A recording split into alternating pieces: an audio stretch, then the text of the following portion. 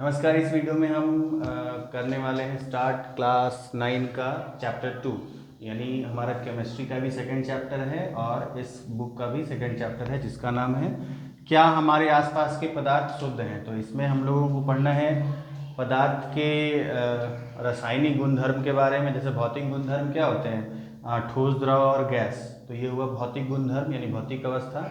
फिर रासायनिक आधार पर पदार्थों को 3 भाग में बांटा जाता है, उसके बारे में पढ़ना है। उसके बाद फिर हम लोग करेंगे विलयन के बारे में, विलयन क्या होता है, किस प्रकार विलयन की सांद्रता के बारे में। फिर है कि मिश्रण कितने प्रकार के हैं, विषमांगी, समांगी, ये सब देखेंगे। और उसके बाद एक बहुत ज़्यादा है लंबा सा 7-8 तरह का प्रक्रिया आपको पढ़ना है जिसमें अलग अलग पदार्थों को पृथक कैसे किया जाता है।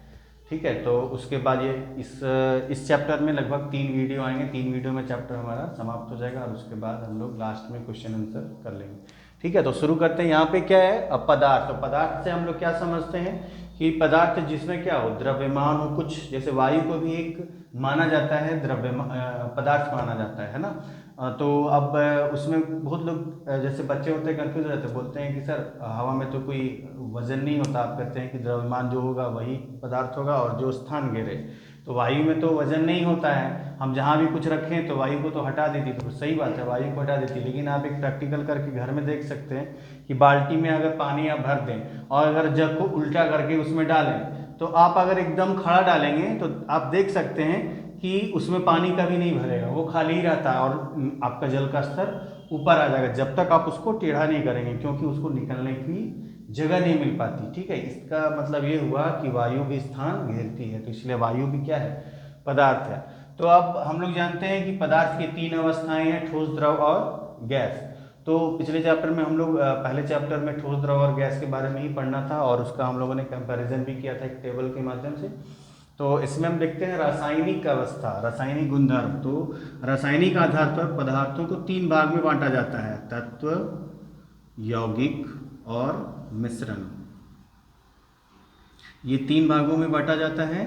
तो तत्व क्या है, तत्व जो एक ही प्रकार के परमाणुओं से मिलकर बना रहता है, परमाणु अणु से, एक ही प्रकार के अणु से मिलकर बना होता है, उसको हम कहते हैं तत्व। जैसे लोहा हो गया, तांबा हो गया, सोडियम हो गया, क्लोरीन, ऑक्सीजन, ये सारे क्या हैं, हमारे तत्व हैं। ये शुद्ध रूप में है, मतलब अकेले एग्जिस्ट करते हैं, यानी किसी के साथ अपना अणु शेयर नहीं करते हैं। ठीक है, अब है आपका यौगिक। यौगिक क्या है, आप तत्व में उदाहरण दे सकते हैं, जैसे ऑक्सीजन, फ्लोरीन, क्लोरीन, आयरन। उसके बाद आप कह सकते हैं जैसे नियॉन है। उसके बाद फिर आपका है पोटेशियम। ये सब हमारा क्या है, तत्व है, ये शुद्ध रूप में है। अब है यौगिक। यौगिक क्या होता है, जब हम 2 तत्वों को मिलाते हैं लेकिन उसका अनुपात स्थिर रहता है, उसका अनुपात नहीं बदलता। जैसे हम कह सकते हैं वाटर, कार्बन डाइऑक्साइड, या फिर आप कह सकते हैं चीनी। इसमें क्या है कि इसका हर जगह जो कंपोजिशन है वो फिक्स है, यानी कि 2 परमाणु हाइड्रोजन का, 1 परमाणु ऑक्सीजन का मिला के जल बनाएगा, है ना, हर जगह यही फॉर्मूला है। ठीक है, उसके बाद हमारा CO2, कार्बन का 1 परमाणु, ऑक्सीजन का 2 परमाणु मिलाकर कार्बन डाइऑक्साइड। उसी तरह से कार्बन का 12, सॉरी ये H22 होगा, H का 22 होना चाहिए, O का 11 होगा, तब जाके बनेगा क्या, ये चीनी, शुगर जिसको कहते हैं। या फिर आप नमक का भी ले सकते हैं, NaCl। तो इसमें क्या है, क्लोरीन का भी 1 परमाणु और सोडियम का भी 1 परमाणु मिलाकर नमक बनाएगा। तो ये सारे हमारे क्या हैं, यौगिक हैं। तो इसमें क्या है, अनुपात फिक्स है। अगर हम इसमें पूछें कि हाइड्रोजन और ऑक्सीजन का अनुपात आप बताइए, तो आप बताएंगे 2:1। कार्बन और ऑक्सीजन का 1:2। उसी तरह से इसमें आप बताएंगे तो 12, 22, 11 ये आएगा, इसमें 1:1 है। तो ये अनुपात हर जगह सेम रहता है। आप कहीं का भी पानी लीजिए, पूरे ब्रह्मांड का कहीं का भी जल उठा के देखिए, उसका फॉर्मूला यही मिलता है। ठीक है, अब आता है जो मेन जिसके बारे में हमको इस चैप्टर में पढ़ना है, वो है मिश्रण। अब शुद्ध पदार्थ और अशुद्ध पदार्थ उसके पहले हम जान लेते हैं। तो यहाँ पर क्या था कि शुद्ध था, यानी कि इसका कंपोजिशन फिक्स है, एक ही प्रकार के परमाणुओं से मिलकर बना है, तो ये हो गया तत्व। यौगिक क्या है, परमाणुओं से, अलग अलग परमाणु से मिलकर तो बना है, लेकिन उसका अनुपात हमारा समान रहता है हर जगह। तो ये हो गया यौगिक। तो हमारा तत्व और यौगिक कहलाता है शुद्ध पदार्थ, यानी कि इसका जो कंपोजिशन है सेम रहता है हर जगह। अब मिश्रण का क्या है, मिश्रण अलग अलग हो सकता है। मिश्रण को हम कहते हैं अशुद्ध पदार्थ, ये शुद्ध नहीं होता। यानी कि इसमें क्या होगा, अधिक बहुत सारे तत्व तो होंगे, लेकिन ये कोई फिक्स कंपोजिशन में नहीं है। जरूरी नहीं है कि दो परमाणु हाइड्रोजन का, एक परमाणु ऑक्सीजन का, इस तरह से जरूरी नहीं है। मिश्रण कहीं भी कुछ भी हो सकते हैं। जैसे अगर प्रदूषित वायु कहीं की होगी तो वहां पर ऑक्सीजन की मात्रा कम रहती है, वहां पर कार्बन डाइऑक्साइड की मात्रा अधिक हो जाती है। तो अब मान लिया कोई स्वच्छ जगह, आप जंगल में जाएंगे तो पेड़ ज़्यादा होते हैं, तो वहाँ ऑक्सीजन की मात्रा आपको ज़्यादा मिलेगी। आप कहते हैं ना कि यहाँ पे बहुत अच्छा ऑक्सीजन मिल रहा है, तो इसका मतलब वहाँ ऑक्सीजन की मात्रा अधिक है। और आप कहीं प्रदूषित जगह पे जाते हैं तो ऑक्सीजन की मात्रा आपको कम मिलती है। तो इसका मतलब क्या हुआ, हर एक जगह आपको कंपोजिशन अलग अलग मिल रहा है। हवा ही सेम हवा है, हवा तो वही है जो ब्रह्मांड मतलब वायुमंडल की जो हवा है, लेकिन हर एक जगह क्या है, आपको ऑक्सीजन कम है, एक जगह ऑक्सीजन अधिक है। और अभी मैंने क्या बोला कि आप कहीं का भी पानी उठा के देखिए, आप कुआं का लीजिए, तालाब का लीजिए या झरने का लीजिए, हर जगह आपको H2O ही मिलेगा। लेकिन वायु में क्या है कि आपको हर जगह अलग अलग कंपोजिशन यानी अलग अलग संघटक उसके मिलेंगे। ऑक्सीजन कहीं अधिक होगा, कहीं ऑक्सीजन कम होगा। अब जैसे जैसे ऊपर जाते हैं ऑक्सीजन की मात्रा कम होती जाती है, नाइट्रोजन की मात्रा ऊपर अधिक है। ठीक है, अब क्या है कि मिश्रण में आते हैं। मिश्रण क्या है, अशुद्ध है। तो इसीलिए वैसे पदार्थ है जिसमें क्या हो कि दो या दो से अधिक तत्व तो हों, किंतु वह एक फिक्स अनुपात में ना हो, तो उसको हम कह सकते हैं मिश्रण। अर्थात मिश्रण ही हमारा क्या है, अशुद्ध पदार्थ है। तो ये हुआ हमारा शुद्ध पदार्थ और अशुद्ध पदार्थ। ठीक है,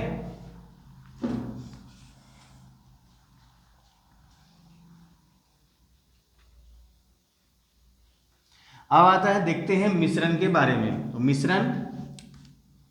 मिश्रण मुख्यतः दो प्रकार के होते हैं, समांगी और विषमांगी। होमोजीनियस, नॉन होमोजीनियस बोलिए या हेटेरोजीनियस बोलिए।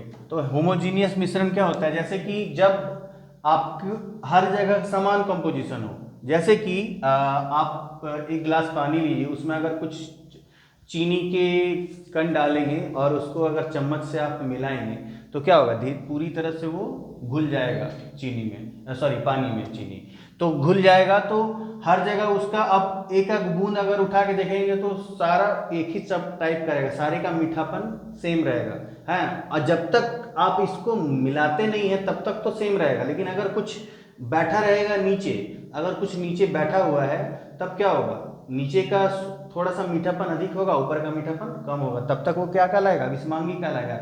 लेकिन जैसे ही चीनी पूरा तरह से मिल जाएगा वो कहलाएगा समांगी मिश्रण। यानी कि हर जगह क्या होना चाहिए, उसका कंपोजिशन बराबर होना चाहिए, अर्थात पूरी तरह से हम उसको घोल सकें, तो वो हमारा कहला जाएगा। सरल भाषा में बोले तो जिसमें जब दो मिश्रण क्या हो जाए, पूरी तरह से घुल मिल जाए, तो उसको हम कह सकते हैं समांगी मिश्रण। अब देखते हैं विषमांगी मिश्रण। विषमांगी मिश्रण में क्या होगा कि जो अच्छे से ना मिल सके, जैसे कि आप कह सकते हैं बालू अगर आप डालें पानी में, बड़े से बाल्टी में अब थोड़ा सा बालू डालिए, उसके बाद कितना भी आप उसको घोलते रहिए, वो धीरे धीरे क्या होगा, कभी नहीं घुलेगा वो पानी में, वो धीरे धीरे क्या होगा, नीचे सतह में बैठ जाएगा, नीचे सतह में बैठ जाएगा। फिर आप फिर मिलाना चाहेंगे, फिर वो घूमेगा, लेकिन फिर वापस जाके सतह में बैठ जाएगा। तो ये ऐसे मिश्रण को हम कहते हैं विषमांगी मिश्रण। ठीक है, तो ये दो बहुत मेन था, समांगी और विषमांगी मिश्रण। अब आता है हमारा विलयन। विलयन के बारे में जानते हैं।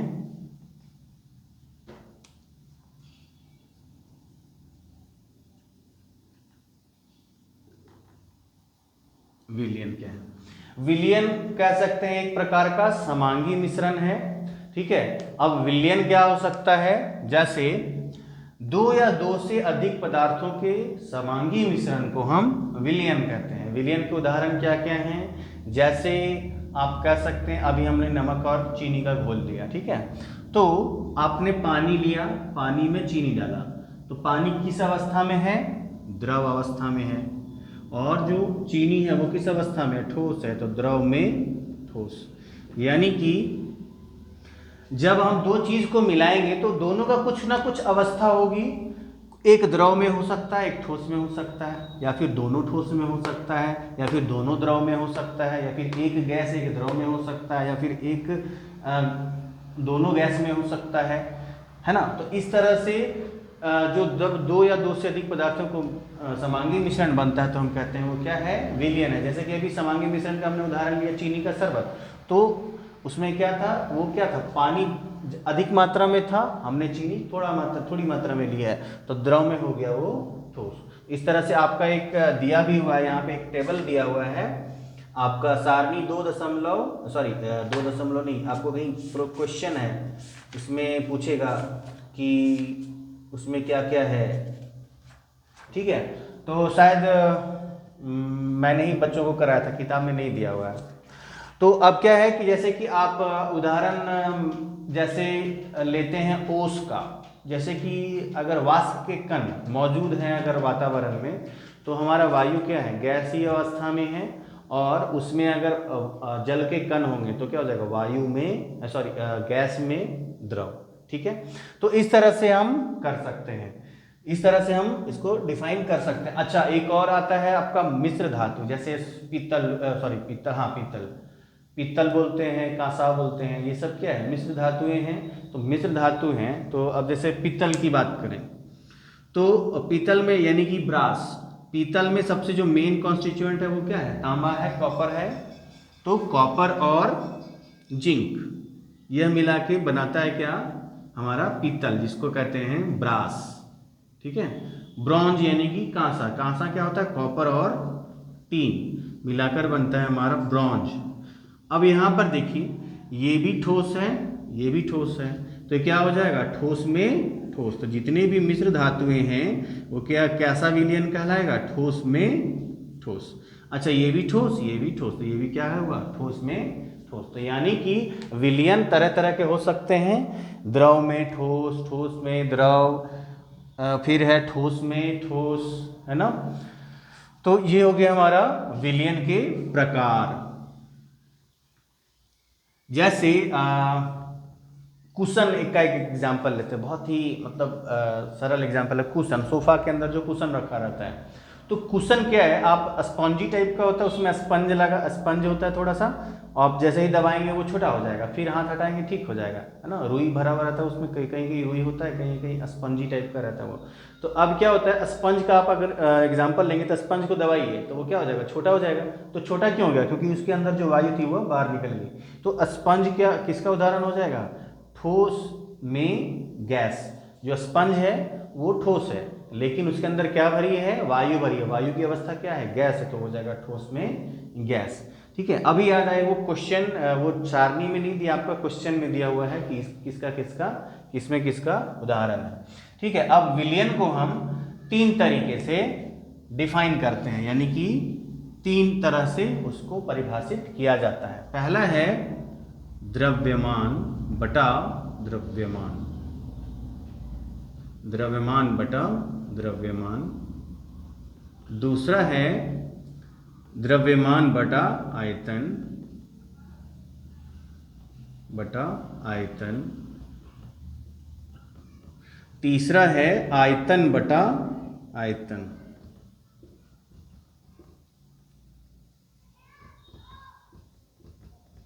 आयतन बटा आयतन। तो पहला है हमारा द्रव्यमान बटा द्रव्यमान, दूसरा है द्रव्यमान बटा आयतन, और तीसरा आयतन बटा आयतन।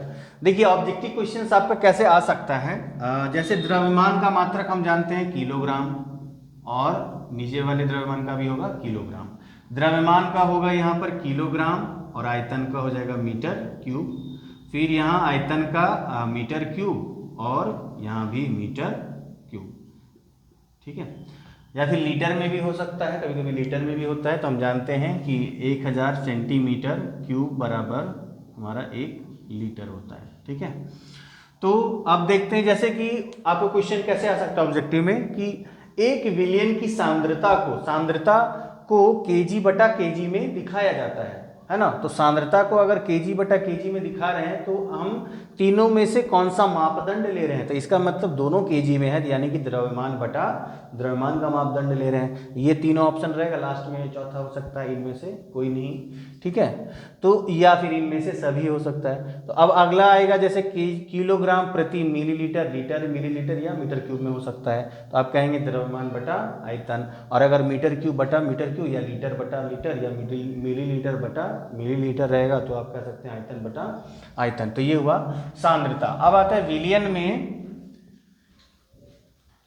विलियन की सांद्रता। अब सांद्रता क्या है, सांद्रता पहले जान लें। सांद्रता, ये सांद्रता का ही दिखाने का एक ये है, एक तरीका है। तो सांद्रता क्या होगी कि जैसे किसी एक, जिसमें आप किसी को मिला रहे हो, कहलाता क्या है, विलायक, है ना। जो बड़ा सा आप ले रहे थे, जैसे कि नमक और चीनी का घोल ले रहे थे, तो आप में उसमें पानी कहलाया विलायक, है ना, यानी कि वो ज़्यादा मात्रा में है, जिसको कहते हैं सॉल्वेंट। तो वो क्या है, ज़्यादा मात्रा में है, अधिक मात्रा में है, उसमें अगर चीनी मिलाएंगे जो कहलाएगा सॉल्यूट, यानी कि विलेय, है ना। तो विलयन के लिए सबसे जरूरी क्या है, विलायक और विलेय, ठीक है। तो विलायक जिसमें हम मिला रहे हैं जो अधिक मात्रा में है, और विलेय जिसको मिलाया जा रहा है जो कम मात्रा में है, ठीक है। तो ये हुआ हमारा विलायक और विलेय। इसे एक क्वेश्चन हम बनाते हैं, जैसे एक एग्जाम्पल दिया हुआ है, एक विलियन के 320 ग्राम विलायक जल में 40 ग्राम साधारण नमक विलेय है, तो विलियन की सांद्रता ज्ञात करें। तो यहाँ पे विलायक क्या है, विलायक जो अधिक मात्रा में है ना, 320 ग्राम है, और विलेय क्या है, 40 ग्राम है, ठीक है। तो कह रहा है कि इसकी सांद्रता आपको निकालनी है। तो अभी हमने क्या देखा था, यहाँ पर ये भी ग्राम में दिया हुआ है, ये भी ग्राम में, यानी कि हमको द्रव्यमान बटा द्रव्यमान लेना है। तो द्रव्यमान बटा द्रव्यमान में क्या करेंगे, 40। अच्छा, कुल मात्रा कितनी होगी दोनों की, 320 और 40 कितनी होगी, 360। तो आप कह सकते हैं गुना 100 कर दीजिए प्रतिशत में, तो ये हो जाएगा 100/9, जिसको हम कह सकते हैं 11.09%, ठीक है। तो ये हुआ हमारा विलियन की सांद्रता। इसी तरह से आपको क्वेश्चंस आ सकते हैं, ये ऑब्जेक्टिव में ही, क्योंकि ये तो एक लाइन में बन रहा है, तो ये ऑब्जेक्टिव में ही आएगा। आपका विलायक दिया रहेगा, विलेय दिया रहेगा, दोनों को जोड़ के आपको भाग देके विलेय की सांद्रता, विलियन की सांद्रता आपको निकालनी होगी। तो ये हुआ हमारा विलियन और तत्व, यौगिक और मिश्रण के बारे में छोटा सा प्रिसाइज लेक्चर था ये। आगे हम लोग देखेंगे पृथक्करण वाला, जिसमें हम लोग अलग अलग तरीके से डाई को किस तरह से अलग किया जाता है, जैसे पेट्रोल को पेट्रोलियम से अलग कैसे करते हैं, इसके बारे में जानेंगे। तो वीडियो देखने के लिए आपका बहुत बहुत धन्यवाद, और कोई भी डाउट हो आप कमेंट में पूछ सकते हैं, और अगर हमारा कंटेंट पसंद आए तो चैनल को सब्सक्राइब करें और शेयर करें।